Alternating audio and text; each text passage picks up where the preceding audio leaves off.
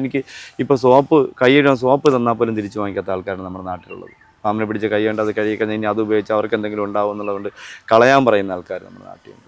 അതിപ്പോൾ അതിലൊന്നും ഒരു കാര്യമില്ല. അതൊക്കെ അവരുടെ തെറ്റായ പണ്ട് മുത്തശ്ശിമാർ പറഞ്ഞ എന്തെങ്കിലും തെറ്റായ ധാരണകളായിരിക്കാം. ചിലപ്പോൾ എന്താ പറയുക, കയ്യിൽ വെള്ളപ്പാട കാണുമ്പോഴത്തേക്ക് ഇനി പാമ്പിനെ പിടിക്കുന്നുണ്ടായിരിക്കാം, അങ്ങനെ വന്നതെന്ന് ചിലപ്പോൾ ആയിരിക്കാം. ഇങ്ങനെയൊക്കെ ചിന്തകളുണ്ടാകും. അപ്പോൾ ഇതൊക്കെ ആയിരിക്കാം മനുഷ്യനെ ഇങ്ങനെ ഇങ്ങനെ ചിന്തിക്കുന്നത്. പിന്നെ ഒരു കാര്യമുണ്ട്, നമുക്കിതിൽ തിരുത്തേണ്ടതുണ്ട്. ഞാൻ ഈ അടുത്തൊരു സോഷ്യൽ മീഡിയയിൽ ഒരു വീഡിയോ കൊടുത്ത സമയത്ത് ഞാൻ പറഞ്ഞിരുന്നു, എനിക്ക് ബാത്റൂമിൽ കൊണ്ടുവന്ന പാത്രത്തിൽ വെള്ളം തന്നു. പക്ഷെ അതിൻ്റെ അടിയിൽ വന്ന കമൻസ് കണ്ടപ്പോൾ എനിക്ക് വിഷമം തോന്നി.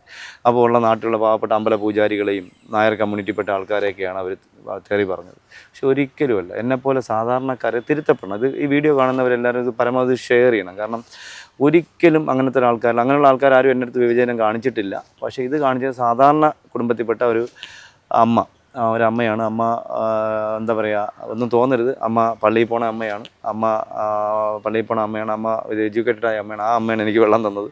ആ അമ്മ എന്താ പറയുക, ജാതി പറയുകയില്ല, ഒരമ്മ, അതായിക്കോട്ടെ, ആ അമ്മയാണ് എനിക്ക് വെള്ളം തന്നത്. അല്ലാതെ ഒരിക്കലും നിങ്ങൾ ആ വീഡിയോ അടിയിലേക്ക് ഒരുപാട് കമൻറ്റ്സ് ഞാൻ കണ്ടു.